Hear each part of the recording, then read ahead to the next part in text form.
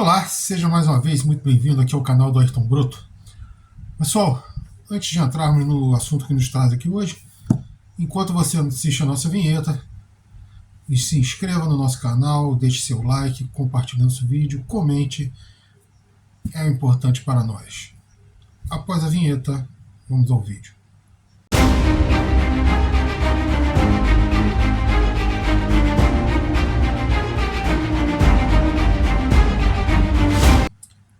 É isso aí, pessoal. Vamos hoje falar sobre um assunto bastante espinhoso, que eu venho comentando já no meu blog, já dei alguns pitacos aqui também. Eu vou agora explicar o porquê que eu tenho falado essas coisas. A Selic baixou aí 0,5% na última reunião do Copom. Mas o que acontece? O Brasil até teve aí uma 0,08% de deflação, que mostra uma qualidade terrível, que a nossa economia está correndo de forma ruinosa. Mas o problema não é apenas esse. O problema maior é o seguinte: nossa inflação basicamente é importada hoje em dia. Então, assim, por mais que você opere taxas de juros, você dificilmente vai conseguir combater essa inflação com juros. Até porque demanda no Brasil é algo que decresce mês a mês, não é nem ano a ano, é mês a mês a demanda no Brasil decresce. Então não existe nenhuma pressão de consumo sobre aumento de preço no Brasil. Mas o que acontece hoje em dia? Você tem dois pontos principais de pressão e tem um outro secundário, que não, existem alguns outros menores também, mas esses três são os maiores, dois muito importantes e um secundário. Quais são? O primeiro é a questão dos alimentos. Por que eu acho esse muito importante? Simples, porque isso vai direto na mesa das pessoas, né? O pão é uma base da alimentação de quase que da humanidade inteira. E ele é feito de trigo. O tio, professor Ciro Gomes lá atrás já ensinou. Pão é trigo, trigo é dólar, né? Pão é trigo, e o trigo vai aumentar em dólar. Por quê? Porque com o final do acordo de grãos, você vai ter uma pressão de aumento do trigo, se é que já não está acontecendo. Vou explicar a vocês mais ou menos por que isso vai acontecer. Vamos lá. Primeiro vamos entender uma coisa sobre transporte. É uma regrinha básica, ela não é fixa, tem algumas variáveis nela, mas basicamente é assim: até uns 500 km de distância o caminhão é mais barato para você transportar as coisas, principalmente se não forem grandes partidas de carga. Depois disso, dependendo para onde vai, é trem e também navio. Dependendo do tipo de carga, você pode levar até de avião cargas muito perecíveis, como por exemplo flores, que você vai exportar para longe, vai mandar para longe. Se você não mandar de avião, ela vai estragar no meio do caminho. Então não adianta você tentar vendê-las, tem que ir de avião, que é o mais caro de todos os meios de transporte. Mas vamos nos ater aqui a trigo, que são grandes partidas de carga, né? Inclusive o Putin aí falou que iria fornecer 15 mil toneladas de trigo grátis para a África. Se for para cada país ainda vai, mas 15 mil toneladas de trigo, meu amigo, é um navio pequeno, até hoje em dia, em termos de tamanho, é um navio pequeno de trigo, né? É, por exemplo, um trem de trigo, não é nada exorbitante. Vamos ao que interessa. A Ucrânia, ela, no último ano aí, com o acordo, dentro da vigência do acordo, é estimado que ela exportou mais ou menos 32 milhões de toneladas de trigo. A Rússia é um pouquinho menos, né? E temos outros grandes exportadores também, como o Canadá, o nosso vizinho aqui, a Argentina, os próprios americanos, os Estados Unidos, são grandes exportadores de trigo. O maior deles é a Ucrânia, porque é uma população relativamente diminuta e uma área bastante importante de plantio do cereal. Mas a Ucrânia, ela não exporta apenas trigo, ela também exporta alguns outros produtos agrícolas importantes para a alimentação humana.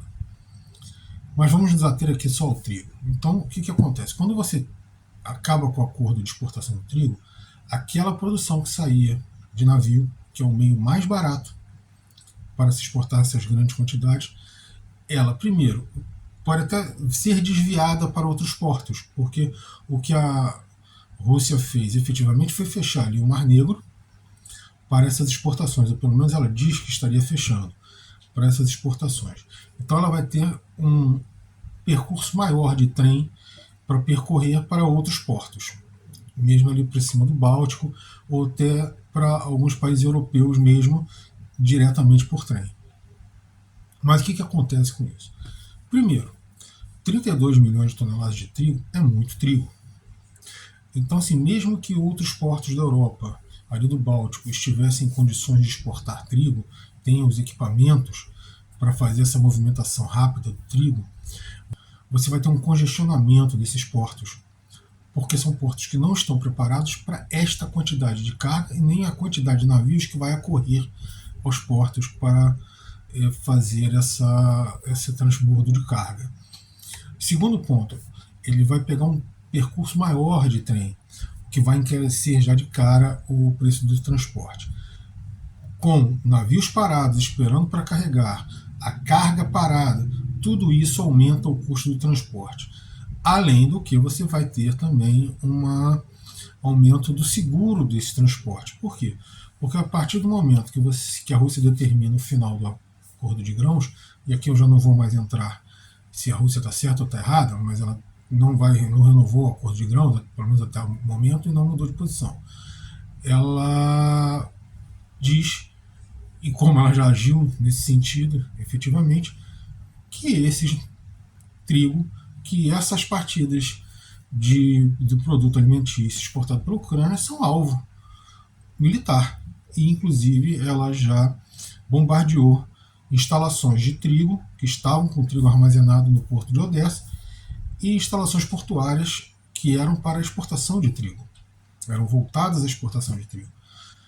Então, tudo isso encarece seguro, encarece o custo do transporte, encarece o próprio produto pela escassez momentânea, pontual, ou mais geral que vai ocorrer do produto no mercado.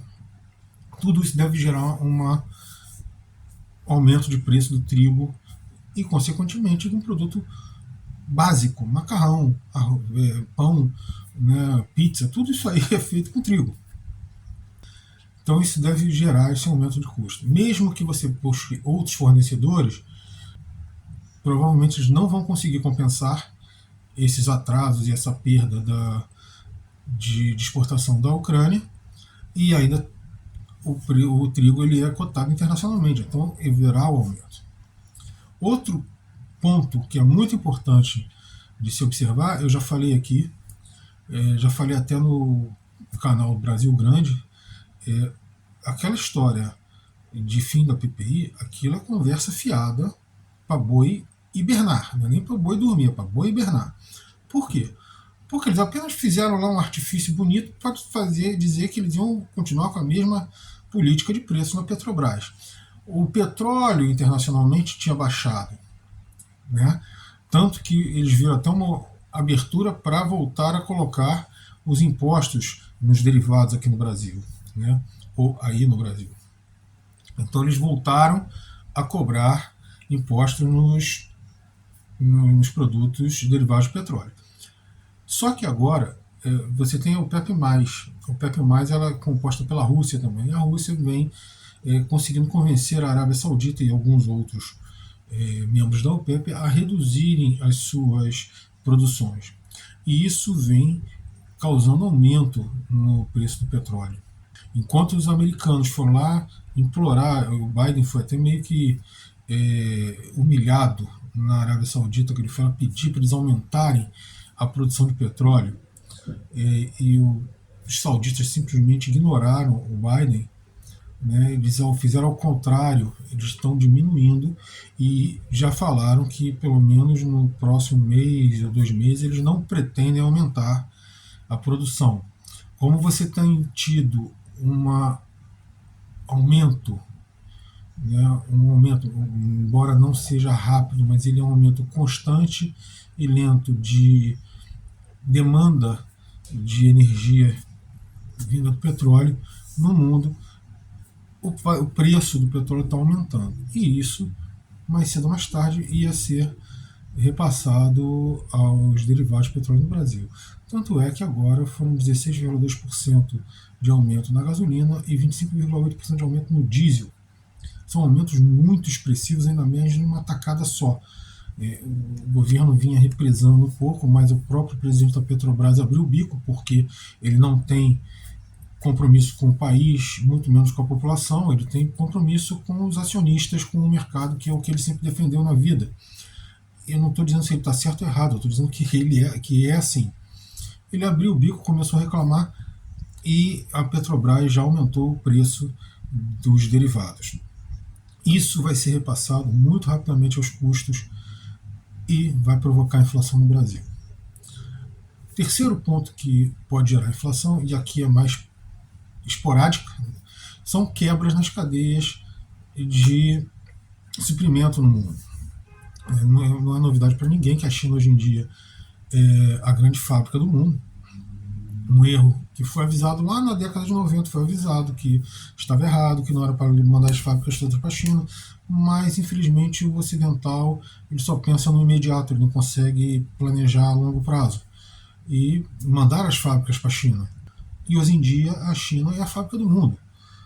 E sendo a fábrica do mundo, ela pode e ela tem o poder de paralisar determinadas linhas de produção, de fluxo de escoamento e provocar falta de produtos no mundo, o que gera inflação.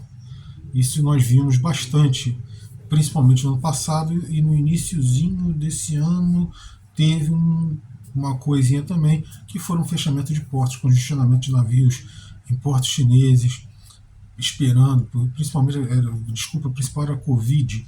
Não se sabe realmente se houve a Covid nessas cidades que eles fecharam ou se foi só realmente uma desculpa para fechar portos e provocar escassez de alguns produtos no mundo. Fato é que isso ocorreu e pode voltar a ocorrer. Agora, talvez não por Covid, mas por algum outro motivo que se consiga. Três pontos que podem, principais aí que eu vejo pelo menos, que podem provocar inflação. E isso, qualquer inflação que venha para o Brasil, a Selic já continua alta, está agora em 13,25%, ela continua alta, mas qualquer inflação vai ser motivo para imediatamente voltar aquele meio ponto percentual e talvez até aumentar, passar daqueles 13,75 que nós tínhamos. Por quê? Porque a desculpa será que eles abaixaram os juros muito rapidamente, eles não esperaram a economia e a inflação realmente se estabilizarem, e isso gerará um novo fluxo inflacionário no Brasil. E aquele mesmo grupo que vem sendo atendido governo após governo voltará a ser atendido, ou seja, o governo continuará trabalhando para os mesmos de sempre. A economia real, que não vive às custas de juros altíssimos, e a população que precisa de bons empregos, de salário justo, de serviços públicos de qualidade, continuará sendo extremamente afetada por isso. Isso aí, pessoal. Valeu pela presença de vocês aqui e até o nosso próximo vídeo.